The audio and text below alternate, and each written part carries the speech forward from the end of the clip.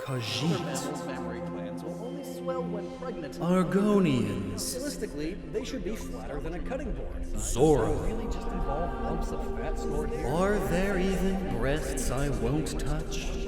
Oh, that came out wrong. I missed.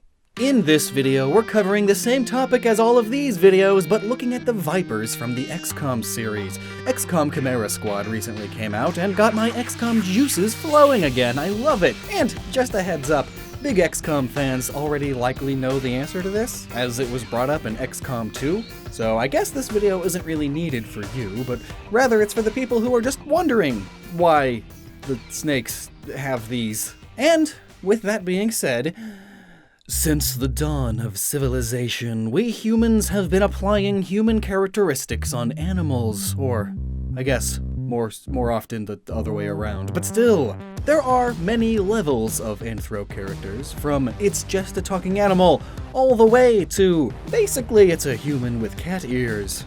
And it is this middle gray zone where things start to get weird, though, especially in less cartoony media. Giving human hands and legs to animals is nothing new, and sometimes, to make things a bit clearer, human traits of sexual dimorphism will also be applied to animals, especially on the women and the hypermasculine. Sometimes all it is a certain torso shape, like with Sally Acorn here, and other times it's just full-on human-like breasts, like with, well, a lot of them. Jinx, there's an example. Rouge the Bat. I got Sonic on the mind now, I guess. But leaving the realm of cartoons, we get to somewhat more realistic fantasy. The Elder Scrolls explains their reasons for the Argonian and Khajiit anatomy pretty well. It's actually a rather believable thing for a fantasy world filled with magic and monsters. Check out those videos for all that lore. But leaving the realm of fantasy now, we get to sci-fi. In general, sci-fi media likes to explain how its world works, often more so than most other genres.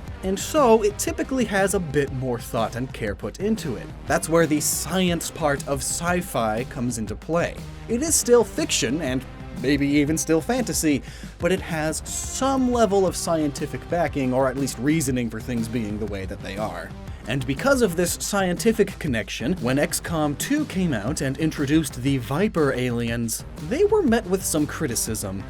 Why would a reptilian snake species of alien have very mammalian-looking breasts? There is absolutely no way in the vast multiverse that would ever happen. Clearly, the developers of this game are just sexist. That's gotta be it, every game journalist claimed. Even though, no joke, this series is the most left-pandering game series that I happen to play a lot of. I just find it hilarious that people care so much about things like this in either direction. Keep politics out of games, they say, while defending Metal Gear, BioShock, and Half-Life. Deus Ex is the pinnacle of gaming! What's that, a female protagonist? I must declare my righteousness against that. Politics have no place here! But anyway, I'm just filling time here. Let's talk about that clickbait. The Vipers are an almost all-female species of reptilian aliens, which is nothing unheard of.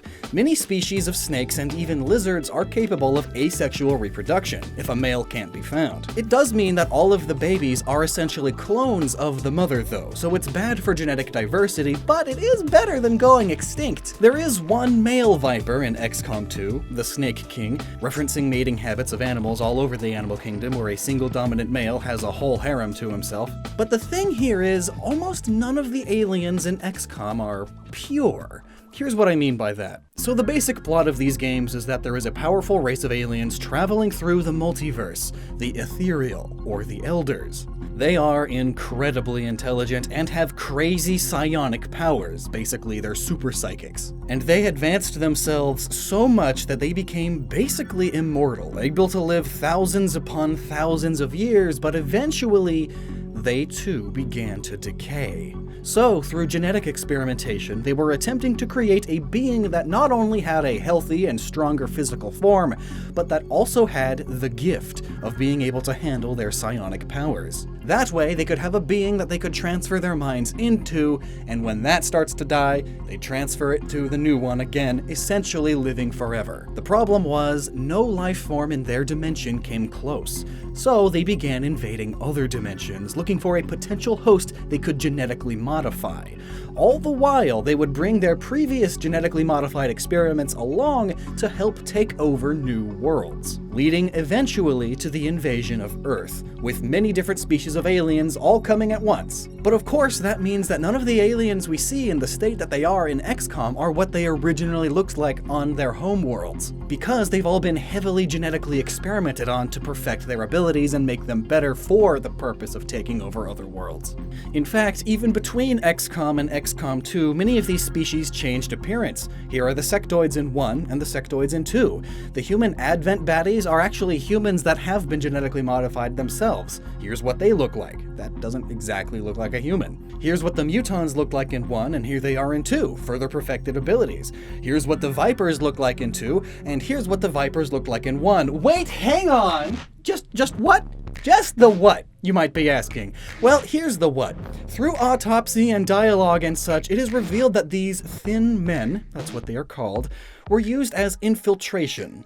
They look enough like humans, but they are for sure alien. They are tall, extremely flexible, spit venom, and still have reptilian eyes. It is very much the whole "the president is a reptile person" trope. But after the bad guys succeeded in taking over the Earth at the end of XCOM 1, they don't need infiltrators as much anymore, so they leave that job to the shape-shifting faceless. And so they actually reverted the genetic experimentation that they did on these thin men, the experimentation that led them to look more and more like humans, and turned them back into their original forms, or at least what was at one time their original, perhaps just a previous form before adding on all the human DNA. And that form was the Viper.